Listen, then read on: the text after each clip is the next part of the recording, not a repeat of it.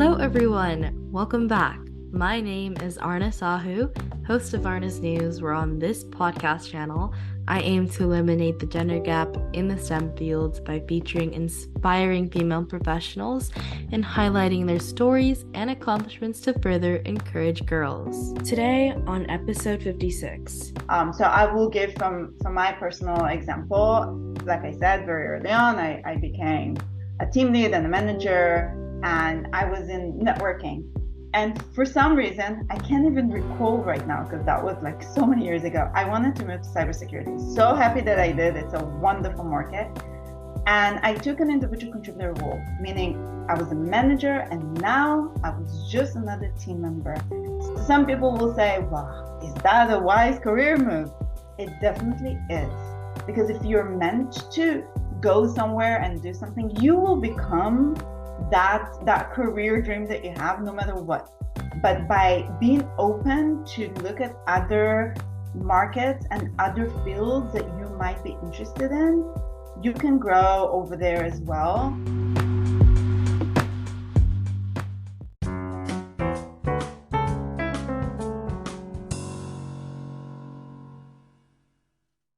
Today, on episode 56, I'm pleased to announce our guest, Ronit Polak. As Vice President of Engineering at Exabeam and President of Women in Cybersecurity Silicon Valley affiliate, she is a Senior Quality Assurance and Engineering Executive with over 20 years of experience in her fields. Her passions include sustained success, aligning resources, budget, procedures, and communication methods to support successful project completion and continuous organizational improvements. So thank you so much, Ronit, for being here today. Before we dive into the questions, would you like to introduce yourself? Yes, thank you for having me. So as you mentioned, I'm serving as VP of Engineering at Exabeam. It's a cybersecurity company. We provide a security operations platform. And I'm also volunteering as the president of the Women in Cybersecurity Silicon Valley Affiliate Board. Very thrilled to be here. I'm very passionate about women and girls empowerment and encouraging to attract and retain more women in our field. So very, very happy you're doing that. I want to congratulate you for a very, very successful podcast. I have 3 girls of my own, so it's very important for me that they will have greater opportunities and greater support system than I did when I started. So definitely that's a great path to have it. Thank you. I love that. And I love what you're doing and just creating a platform for your daughters as well to thrive, in the fields that they want to do as well. Absolutely. Yeah. So my first question for you is tell us a bit about your career path. Yeah, so I started a little differently than your typical engineer. I come from Israel, immigrated here many, many years ago. But in Israel, everyone has to serve in the military. And so I was designated to join the computer unit in the Israeli military. And before that, I never even turned on a computer in my life.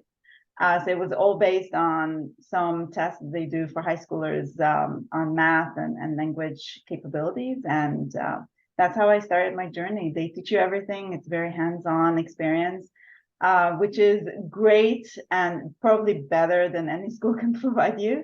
And I started my journey very quickly, went into leadership roles, worked in different fields, started in networking, transitioned to cybersecurity over 20 years ago. I was in pre-sale and post-sale support, even a SOC engineer for a little bit, and then went to the dark side, which is engineering. So various roles, various levels, very different experiences that all kind of come together. You link into your experiences as you progress. Yeah, I mean, you kind of learn from different roles, whether it be through, studying in the military or, thriving where you are now. They kind of all helped regardless of where you were into who you are today. So it's amazing.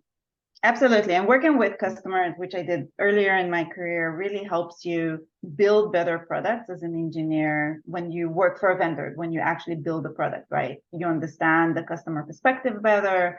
you understand the use cases, what they're trying to do. You always keep in mind more operational aspects of the system that you're building for those customers. So I think it's very complementary. Yes. And what advice would you give someone wanting to pursue a career similar to yours? And do you have any tips to succeed? Yeah, so I think the number one thing is to stay curious, right? To keep learning, to keep asking questions. There's no small or big question that you should be concerned about asking, right? No one will scold you for asking questions. And that's a good way to keep refreshing your knowledge. The other thing that I would say is seek mentors. It's really important to have mentors, and sometimes they present themselves without you asking, right? As a situation presents itself. But sometimes it's okay to ask someone, can you be my mentor? Can we meet once a week and you can show me the ropes, right? It helps tremendously. And you can have different mentors inside the organization or outside the organization, starting from school all the way through your professional journey for different aspects, right? So it could be a mentor that will help you with communication skills, a mentor that will help you with some technical questions, a mentor that will help connect you to other people. So I think that's expanding your network and being able to rely on those mentors is a great learning opportunity. And the one thing that I would say that maybe girls and women do less of is showcasing their accomplishments. So, often it is said about women that we sit in our cubes and we do our work and we think, oh, we're doing all of this, we will be noticed. Well, guess what? It doesn't always work like that. So it's really important to do a good PR to what we are doing. And I know we're always being taught to be humble and not to be vain and to just work really hard on the background. But you need to show your accomplishment and don't be afraid to ask for opportunities, right? So if there is a project you want to work on, if there's a technology you're really interested in, be vocal about it. Ask about it. Show these are the accomplishments I had in this project. Can I be assigned to another, to the target project that you want? So those will be kind of the tips that I would give someone, not just starting out, but throughout the journey. No, I mean, I love that. Like, a lot of people think that, oh, it's pretty stigmatized that if you're a woman or if you're a girl, then whatever you do, you should be humble about it. Versus, in the guy's type of view that, oh my gosh, I'm going to boast about whatever I did, regardless of how small it may be or how big it may be. But, just knowing that you did it, you accomplished things. And even if you haven't, you always have these opportunities that are ahead of you. So, just being proactive with that, getting your curious gears wiring, and just having a fun time with the things that are possibly ahead of you. Absolutely. It's really, really critical. And people look at that very positively. When people ask questions, when you're very engaged, that's a very positive sign, right? Yeah, definitely. And what is a common myth about your profession that you want to debunk? So, I mean, linked a little bit to what we were talking about, there is a common myth that there's only one path to success, right? To career growth and to success. Often people think that it's all about becoming a manager. And as a person that has been a manager majority of my career, I can tell you that that's not the only path. So first of all, be open to different paths, right? The other thing that goes with this career path is that there are ups and downs and lateral movements within that path. So I will give from my personal example. Like I said, very early on, I became a team lead and a manager, and I was in networking.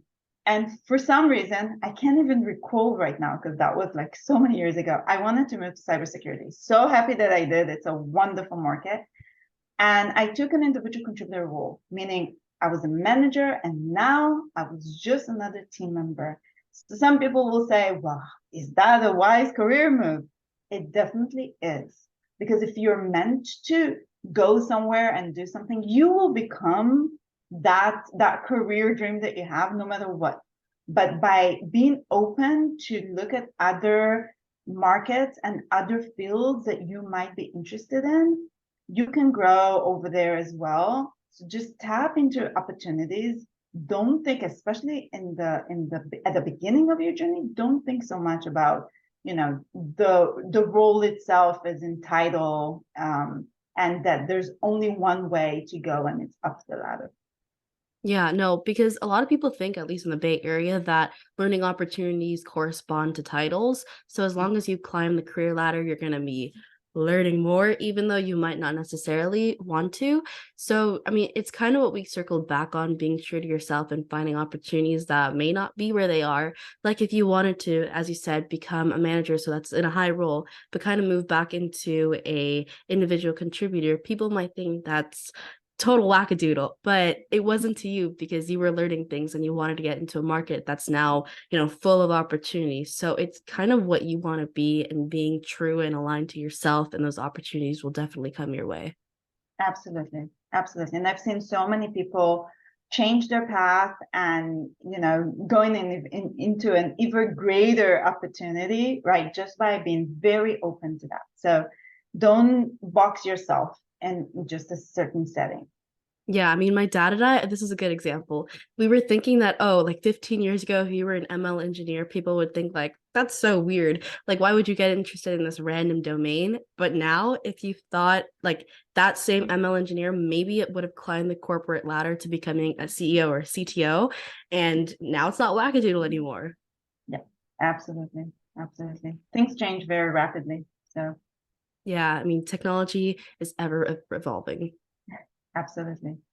Yeah, so my next question for you is, if you could step into my shoes, what would you have asked yourself that I didn't?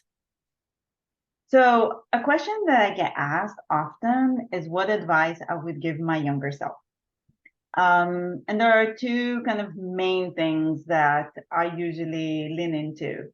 One is diversify your experiences. We just talked about it, right? Um, Especially early in your career, you have an opportunity to go in different routes, right? When I was starting my career, it was very common that you really dig deep into one area and you become an expert in that area, right? So if you were, let's say you did AI, right? AI is very interesting right now. It has a lot of applications, but if you were in AI, you would become an expert in AI. What I think, what I've seen very successful people do is work in with different technologies in different applications, different roles even. And once they climb up the ladder, they can gather their experiences from all those complementary roles and technologies into something a lot more meaningful. So you can find your passion, you can find what you're leaning more towards, right? By trying different things. So again, don't box yourself. The second thing that I would say to my younger self is don't let biases stop you. And we all know that we're talking a lot in the industry about unconscious biases by other groups towards women, right? So we talk about, how much time we're given to answer things, or that people overlook our answers, or that we don't sit at the table, right?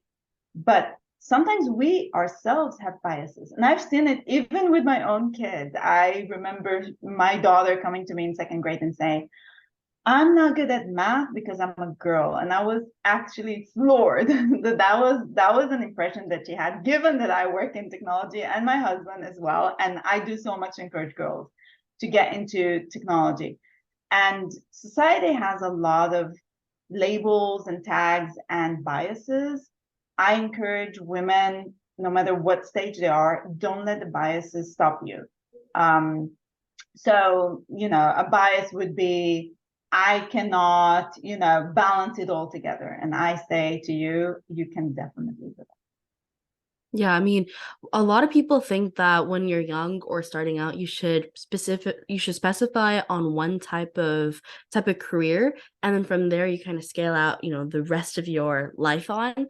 But that's just so wrong, because when you're young, you should be, or actually at any time of your life, you can always have that opportunity to think about other places.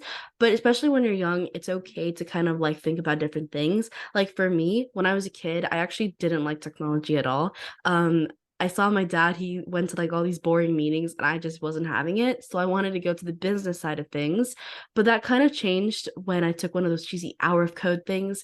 So I could see my passions kind of change from being on like the finance side of things to kind of move into the technology side of things. And that's totally okay if you change your plans. Like, there's nothing wrong with that. And one day you will probably combine that business orientation with your CS skills, and I'm sure that you can achieve great things, right? And that's the beauty of it, that you can leverage all those experiences to amplify, right, where you are. Yeah, and also about the biases. Like a lot of people think that okay, girls should be, wearing pink. They shouldn't care about school. They shouldn't do sports. But I like blue. I like playing field hockey and, I like school. It's pretty fun. So it's okay to go against these social norms, quote unquote, because they're not true. Absolutely. And I see that even within technology, there are niche um, technology spaces like cybersecurity where you see even fewer women because for some reason they attribute it to be something that men will be a lot more successful in, that they don't have the skill set, which is completely bogus, right? And so we need to get out of our own heads and make sure that we push as hard as we can, right? Yeah, because that's completely wackadoodle, as I said before. Yeah, so what are the best resources slash books that have helped you find your career path? So to be honest, I started, as I said, in the military. So really, I got all the training there. But I think the things that I find very, very helpful throughout the years, LinkedIn Learning, I think is fantastic. You can find so many different courses and resources there, from soft skills all the way to very specific technical skills and very approachable methods of learning. TED Podcast, I find those very inspiring. You get best in class, right? Speakers to talk about their experiences. And I think that's not only very inspiring, but also very accessible. Otherwise, we wouldn't be able to have that direct linkage. One book that I really liked, it wasn't very early in my career, but I really, really loved reading is Lean In by Sheryl Sandberg. Um, I think it's very important, no matter what stage you are, to read that book and take whatever feels right to you, right? So she talks about having a seat at the table. She talks about speaking up. She talks about not holding yourself because of some future, bias that you have for some future problem that you're going to have. So you hold yourself right from the get-go. So lots of very, very good advice over there. So those were kind of like a few things that I could note down. Yeah, I mean, definitely, because a kind of a lot of things that we've been talking about in this episode is all about, biases. And, that book kind of really I haven't read it, but I've heard about it, is kind of emphasized on, how how you should raise your voice and kind of talk about the things you want to talk about. And kind of not fear about the stigma of, oh, what are these opportunities ahead of me, but kind of just caring about what you want to learn about and just thinking about what you want to do. Absolutely. And she's a fantastic writer and really touches a lot on very various pain points that we have as females in this field. Yes. And what do you think is a vital factor that shaped your career? What was your life before learning it, and what was your life after learning it? So I volunteer a lot, and a lot of times people ask me, how do you find time to volunteer between the kids and the house and the job? But I think volunteering is really essential for people's careers, and I want to be a very strong advocate for volunteering and giving back to the community. Not only that it helps you expand your network, which is extremely, extremely important. I would I would note again and again how small the valley is, and not just in the Bay Area, but in the entire world. I meet people that I worked with or met at occasions 20 or even more years ago. And so building on those relationships is what helps you find new opportunities or be better at what you do today because you can leverage a network. And so that's really, really helpful when you volunteer to expand that. But even more than that, it gives you a different perspective. So I can share a story about one of the mentorship programs that I volunteered with years ago. It's called Tech Women. It's a US State Department sponsored program that Hillary Clinton started as a Secretary of State to bring women back then from the Middle East. It expanded afterwards to other countries from Africa and Asia, to a month-long mentorship program here in the Bay Area. And then those leaders, those female leaders, go back to their communities to become change agents in their communities, to bring all the knowledge that they gained here and go back with that. And so I started in the first year. It was really amazing, and I did that a few years after that as well. And my mentee was from Algeria. And I remember the first few meetings that she joined me, and just seeing men and women in the same room, women taking active part in a meeting conversation, was very strange for her. And so we always talk about the lack of female participation here in the tech, but when you hear that perspective, you regain some reassurance that we're doing well. We have a long way to go, but it really makes you appreciate everything that we have and everything that we can give our children here that girls in those countries are really deprived of. So I encourage everyone to volunteer, to give back to the community, to pay it forward.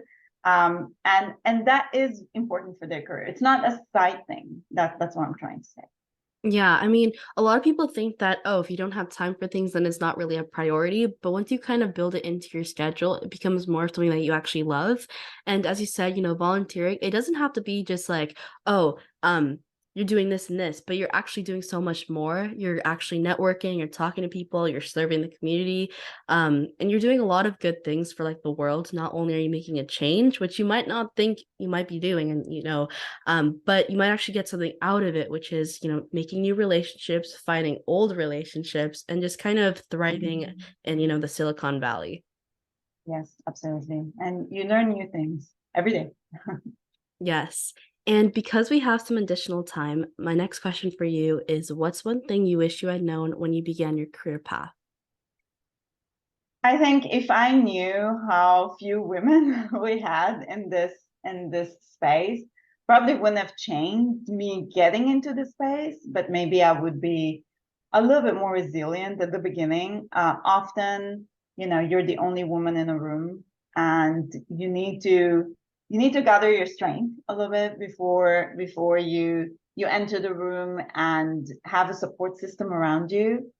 So I wish that was something that I knew. Maybe I would have asked for advice, the same as you're trying to gather now from other women for your podcast. But nevertheless, we're here to support everyone. Women in this space are eagerly waiting to support all the new women that are coming into this field. So rest assured that we're here for you. Yes. And as you said before, you wish you had known that, there were less women in the tech space, but, you kind of gathered your strength when you realized it. But, there's a lot of good changes happening, guys. So folks, be able to be pumped in being in technology. I know you might think that there's nobody there, but there are women in tech. Absolutely. There are. And we have a good community. So utilize that.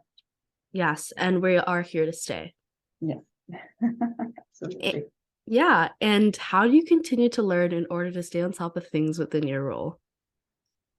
So I actually, like I mentioned, LinkedIn is a great source for me. One of it is understanding the business, learning of new companies that come up, coming out of stealth mode.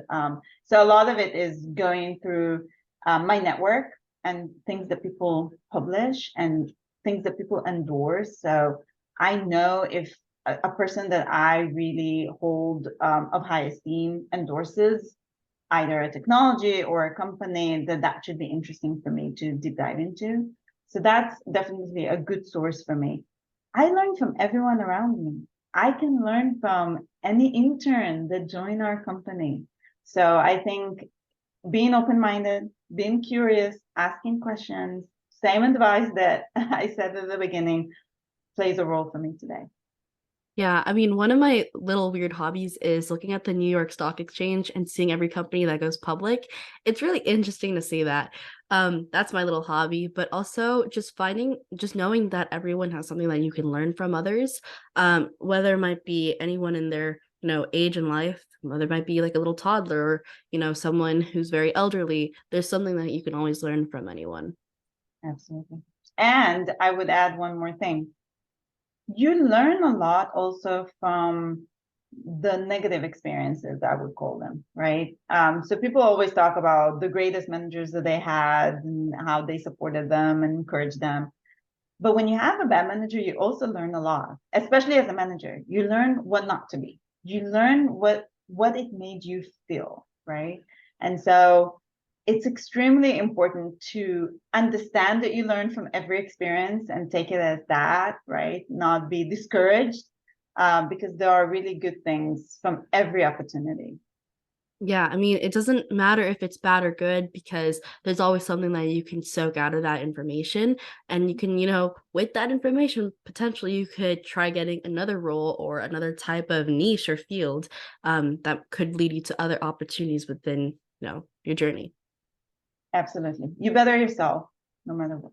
Yes. And my last question for you is, do you have any quotes or mottos that you love to follow and would like to share?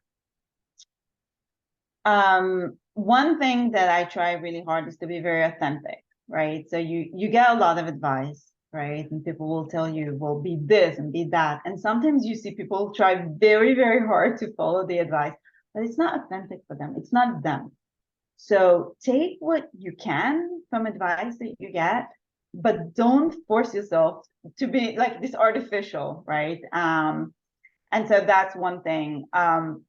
Building on top of your relationship. So as I mentioned before, it's really helpful to have all those relationships throughout the year. You never know when you're going to need to leverage a relationship that you may have built years ago. Um, People might not remember what you said exactly or how you said it, but they do remember how you made them feel, right? There's a saying like that. And so be always respectful and engaging and make sure that they feel good about the interactions that you had. So when you reach again, or if they need to reach you, they won't hesitate. Yeah, I mean, being genuine, what I do is that my parents they tell me a bunch of advice, but I kind of have a filter where, I take it in, but I might not implement it on a daily basis. So, yeah, I mean, just being true that way. Yes. I think people can really see through you when it's not genuine. So being authentic is very, very important. Yeah, and before we end off, do you have any last words to the audience? Um, Build on your community and know that there is a community in most places, workplaces that you go to. I have the privilege and opportunity to start and lead, employee resource groups, as they call them, ERGs. Sometimes it's ENGs, sometimes it's ERGs. For women in the workplace, I did it in my previous workplace at Palo Alto Networks. I'm also part of the leadership team right now at Exabeam. And those communities are there to support, to connect, to inspire women in the workplace. And it's not just for women. There are different ERGs, so different communities that have shared values or shared interests, right? That you can find people like you. So leverage that. We talked about networking. We talked about connecting with others. Utilize those communities. To find your mentors, to get learning opportunities. Often those ERGs have a lot of activities that build your skills. Seek those communities. Yeah, well, thank you so much for being here. I really love talking to you. Likewise, thank you for everything that you do and best of luck.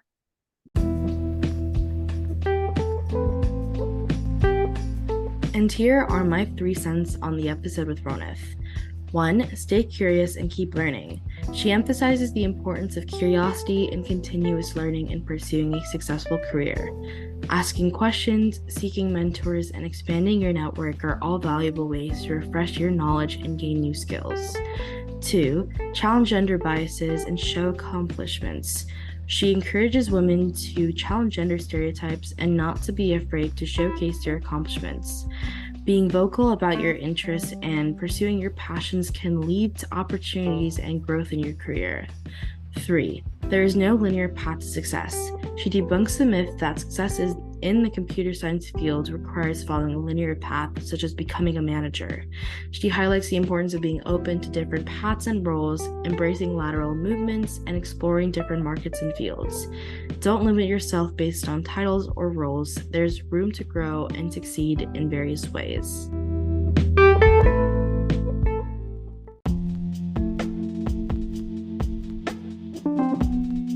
Thus, that concludes the episode for this week.